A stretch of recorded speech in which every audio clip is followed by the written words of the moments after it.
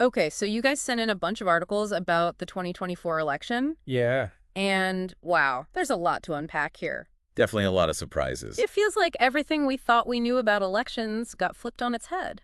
Absolutely. This election really challenges our assumptions. I mean, who predicted Trump beating Harris? Right. Everyone had Harris winning by a landslide. It wasn't even close. Like, some articles were calling it a sure thing. Yeah, talk about an upset. It really makes you wonder if we're missing something fundamental about how these things work. Like, are we just bad at predicting elections? Well, it's not just a one-off thing. Remember 2016, Oh, yeah? 2022? True.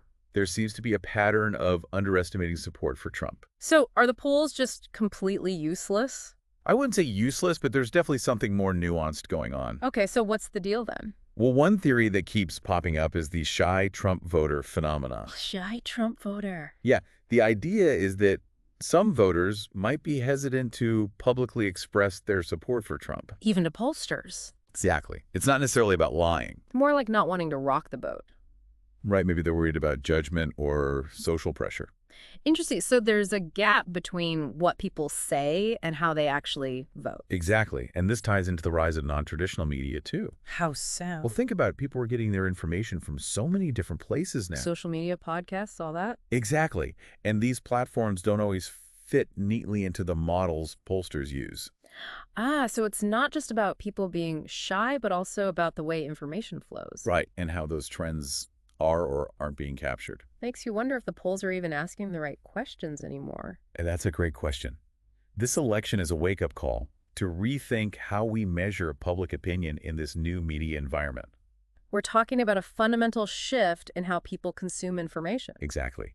And that has a real impact on how they form their political views. Okay, so the polls are struggling to keep up, but let's talk about the media. Oh, yeah. The media played a huge role in all this. A lot of the articles you sent mentioned the overwhelming media support for Harris. It was pretty much wall-to-wall coverage. Yeah, but it didn't seem to translate into votes. It's almost like it backfired. How could that be? Well, we're seeing this paradox. The more certain media outlets push a particular narrative. The more people push back. Exactly. Seems like a lot of voters have grown distrustful of what they see as mainstream media bias. So instead of swaying voters towards Harris, all that coverage might have pushed them away. It's a classic case of too much of a good thing.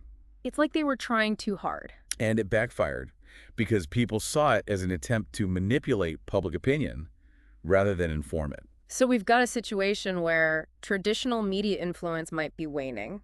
While alternative media sources are gaining traction. It's a whole new ballgame for sure. Absolutely. But what about the actual issues? Right. What about the things that matter to people? It seems like the economy was a major factor in this election. Absolutely. The economy is always a key issue. The articles you sent paint a clear picture of economic anxiety playing a crucial role. People vote with their wallets. And if they're not feeling good about their financial situation... They're more likely to vote for change. Okay, so let's get into the nitty-gritty. Yeah, let's look at the numbers. What was the economic picture actually looking like? Well, GDP growth was pretty sluggish, just 1.8%. Oof, that's not great. Inflation was stubbornly high at 4.5%. So prices were going up? And unemployment, while not terrible at 5.1%, wasn't really budging. So kind of stuck in a rut. Exactly, a combination of slow growth, rising prices, and limited job prospects. Not exactly a recipe for voter confidence? Not at all. For many voters, these numbers translated into a very real sense of economic insecurity. And when people are feeling financially squeezed, they're more likely to take a chance on someone like Trump. Exactly. They're looking for someone to shake things up. So it looks like we've got a perfect storm brewing here, polls that missed the mark, media influence that might have backfired, and an economic undercurrent that fueled voter dissatisfaction. It's no wonder this election turned out to be such a shocker. It's like all the pieces fell into place for a Trump victory. And now with him back in the White House, the big question is what's next? What's on the agenda for Trump 2.0? Well, the articles you sent focused on three key areas: the economy, the environment, and foreign policy. Okay, let's unpack those one by one. Sounds good. First up, the economy. All right. What can we expect from a Trump administration round two? Well, based on his track record and the information we have, it seems like we can expect a push to revitalize American industries. Okay, so more of the America First agenda. Exactly, focusing on tax cuts and deregulation as key drivers. Classic Trump right. But this time around, there seems to be a more strategic approach. What do you mean? It's not just about broad tax cuts across the board. More targeted then. Exactly. Yeah. There's a real emphasis on specific industries that Trump believes will boost the economy. So let's get specific. Which industries are we talking about? Manufacturing is a big one. Bringing back jobs. That's part of it, but it's more nuanced than that. How so? It's not just about competing on cheap labor anymore. More about innovation. Exactly. This time the focus is on high-tech manufacturing, things like robotics and AI. So less about making cheap stuff and more about being a leader in cutting-edge technology. Exactly. That's a pretty significant shift. It is. And how's he planning to make that happen? Well, we could see targeted tax breaks and incentives for companies investing in these fields. To make it more attractive to do business in the U.S. Right. One article even mentioned the possibility of creating special economic zones. Wow, special economic zones just for high-tech manufacturing. It's a bold idea. It is. Yeah. But wouldn't all this require massive government spending? It would, and that's where the deregulation piece comes in.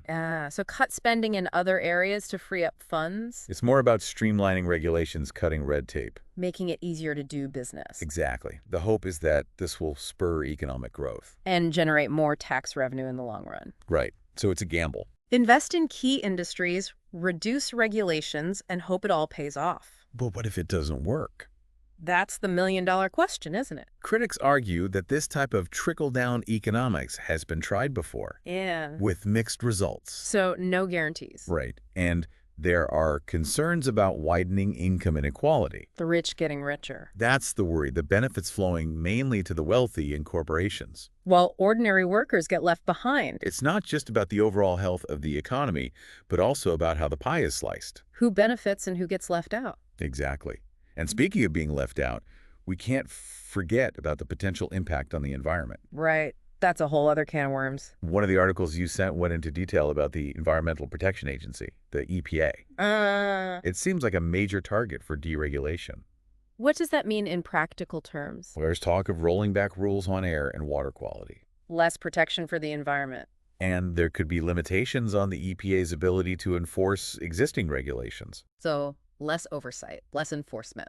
Potentially, which worry a lot of people. Especially those concerned about climate change. Absolutely. Environmental groups are already sounding the alarm. You're saying this could have devastating consequences. For public health and ecosystems? But haven't there always been arguments against environmental regulations? Oh, yeah. Some business groups and lawmakers argue that these regulations are too burdensome. They stifle economic growth and cost jobs. That's the argument. So it's this constant tension between economic interests and environmental concerns. Exactly. A classic tug-of-war. How do we find the balance? That's the challenge, isn't it? It's easier said than done. For sure, we'll need to watch closely to see how Trump navigates these complex issues and what the ultimate impact will be on the environment. Okay, so we've got economic policies with potential winners and losers and environmental policies that are sure to spark controversy. But what about the global stage? Right. What about foreign policy? What can we expect from Trump in his second term? Well, if his first term is any indication, we can expect a more unpredictable and transactional approach. America first. Exactly. He's shown a willingness to break with traditional norms and to put America's interests first, even if it means alienating allies or disrupting global stability. So less multilateralism and diplomacy, more bilateral deals and hardball tactics. Precisely. And one of the key areas to watch is trade. Trade wars?